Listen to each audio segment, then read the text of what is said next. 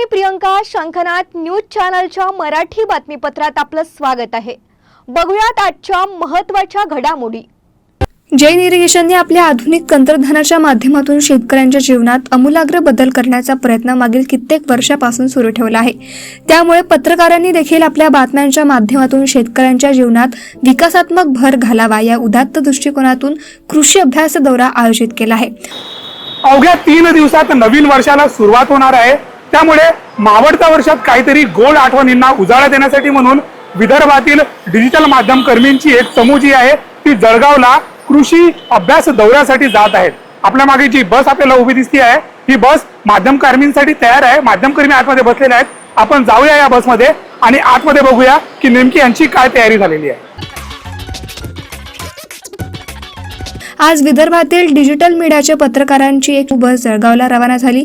जवळपास 40 डिजिटल मीडियाचे पत्रकार या कृषी अभ्यास दौऱ्यासाठी रवाना झाले आहेत. आपण या बसमध्ये आलेले आहोत. ही बस जी आहे ती विदर्भातील डिजिटल माध्यम कर्मींना घेऊन जी आहे ती जळगावला जात आहेत. कृषी अभ्यासासाठी हे लोक निघालेले आहेत. आता आपल्यासोबत इथे गोरमारे आहेत, त्यांच्याकडून आपण जाणून घेऊया. मागे देखील तुम्ही गेले होते कृषी अभ्यासासाठी, कसा तुमचा अनुभव होता, काय सांगाल? या जळगावमध्ये खूप काही आपल्याला पाहण्यायोग्य तिथं मार्गदर्शन केले जाते आणि खास म्हणून शेतकऱ्यासाठी आपण काही पत्रकार त्यांना नवीन दृष्टिकोनातून कशी शेती केली पाहिजे त्याबद्दल बहुत म्हणजे चांगल्या पद्धतीने तिथं मार्गदर्शन करते. आणि जगातली सगळ्यात मोठी जैन इरिगेशन तिथे एक प्रदर्शनी म्हणून आहे. त्याच्यामध्ये गांधीजीचे एक स्मारक त्यांनी बनवलेलं आहे आणि हे पण पाहण्याजोग्य आहे. त्यांचे जे पौधारोपणचे हे आहे नर्सरी, ते पण खूप छान पद्धतीने त्याच्यामध्ये नवीन टेक्नॉलॉजी याच्यामध्ये विकसित करून कशा पद्धतीने त्याच्यामध्ये ते करणार आहे, उत्पन्न कसे वाढणार नाही त्याबद्दल त्यांनी छोट्या छोट्या गोष्टीची माहिती दिलेली आहे. त्याच्याबद्दल मीडियाचे पत्रकार जे आहेत ते बसलेले आहेत. आपल्यासोबत देखील इथे पत्रकार आहेत. सर, तुमचं नाव सांगा आधी. राजकिशोर गुप्ता. सर, कसा हा अभ्यास दौरा असणार आहे, काय नेमकी तुमची तयारी झाली यासाठी काय सांगा? तयारी चांगलीच आहे. म्हणजे हा अभ्यास दौरा ज्याप्रमाणे म्हणजे स्टार्टिंग झालेली आहे आणि हा चांगलाच राहणार आहे. कारण की याच्या अगोदरही जे म्हणजे दौरा केला आम्ही, याच्या अगोदरही जळगावला गेलो होतो आम्ही. मस्त झाला होता दौरा. सर, शेतकऱ्यांच्या विकासाच्या दृष्टिकोनातून हा दौरा किती म्हणजे उपयोगी ठरतो, काय वाटतं तुम्हाला? शेतकऱ्यांच्या विकास, मी स्वतःही शेतकरीच आहे, त्यामुळे माझ्यात जास्त म्हणजे त्यावर भर आहे आणि त्यासाठी जाणार आहे मी.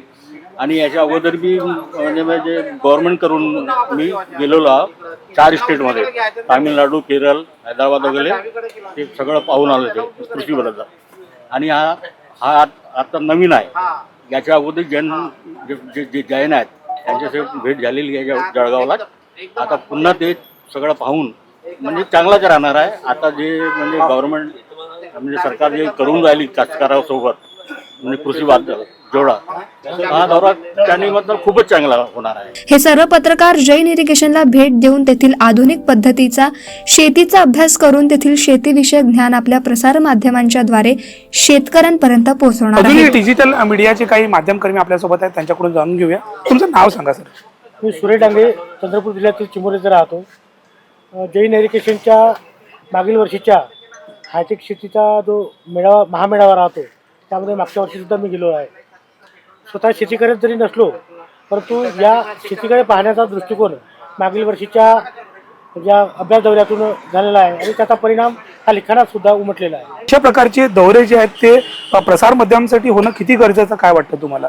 जे प्रयोग सुरू आहेत त्यात जे यवतमाळ जिल्हा असो किंवा विदर्भात असो जे आत्महत्याचे प्रमाण आहेत त्यात शासनाचं जरी काही चुकलं असेल तरी पण शेतकऱ्याची उदासीनता आणि नाविन्यपूर्ण प्रयोग करण्याकडे दुर्लक्ष हा एक कारण नसू शकतो. तर आता ह्या अभ्यासक्रमातून जे आपण म्हणजे मागच्या वर्षाचा तुमचा अनुभव आहे, शेतकऱ्यांसाठी काहीतरी नवीन करू शकतो अशा प्रकारच्या अभ्यासक्रमातून तुम्ही काही शिकले का? तिथून काय वाटतं? हा, शिकलो आणि एक पत्रकार म्हणून तो लिखाणात त्याचा प्रतिबिंब उमटलेला आहे. आणि त्यासाठी जे कात्रण होते ते मी तालुका कृषी अधिकाऱ्याला दिलेले आहेत. तिथून जे आलेले जे माझ्याकडे कृषी तीर्थ नावाचं मासिक आहे त्याचा संदर्भ घेऊन त्यात लिखाण बरंच झालेलं आहे. सर, काय सांगाल? तुम्ही देखील जळगावला जात आहात, काय नेमकी तयारी झालेली आहे? नाही, मी पहिल्यांदाच जात आहे जळगावला अभ्यास दौऱ्यासाठी. माझ्याकडे शेती आहे, मी शेतकरी आहे आणि पत्रकार सुद्धा आहे. या दौऱ्यातून म्हणजे काय शेतकऱ्यांनी कसं सावरलं पाहिजे, इथे वेगवेगळ्या प्रकारचं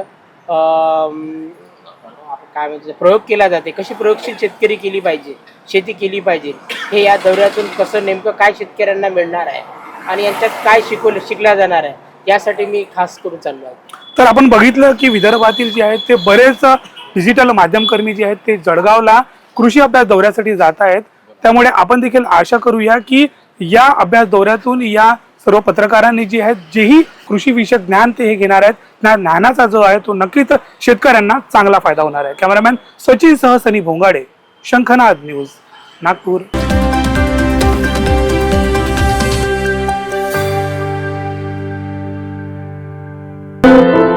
क्या हुआ बहू? माँ, पाइल्स की बहुत तकलीफ हो रही है। तो तुम गुदरोग सर्जन के पास क्यों नहीं गई? देखो, जैसे हार्ट के लिए हार्ट स्पेशलिस्ट, ब्रेन के लिए ब्रेन स्पेशलिस्ट, तो पाइल्स के लिए पाइल्स स्पेशलिस्ट क्यों नहीं? स्त्री हो या पुरुष, टॉयलेट में तकलीफ केवल पाइल्स ही नहीं, और भी कई प्रकार के गुदरोग तथा कैंसर भी हो सकता है। इसीलिए इसकी प्रत्यक्ष जांच जरूरी है। ठीक है माँ, पर जांच के लिए हम जाएंगे कहाँ? वही काड़े आयुर्वेदिक पाइल्स हॉस्पिटल में। लेकिन माँ, प्रेगनेंसी में पाइल्स की दवाइयाँ? प्रेगनेंसी में आयुर्वेदिक दवाइयाँ सुरक्षित होती है। जनहित में जारी काड़े आयुर्वेदिक पाइल्स हॉस्पिटल, औषधि चिकित्सा तथा सर्जरी ट्रीटमेंट उपलब्ध। हमारा पता उमरेड रोड, दिघौरी बस स्टॉप के पास, नागपुर। अधिक जानकारी के लिए वेबसाइट पर जाएं kadepailshhospital.com।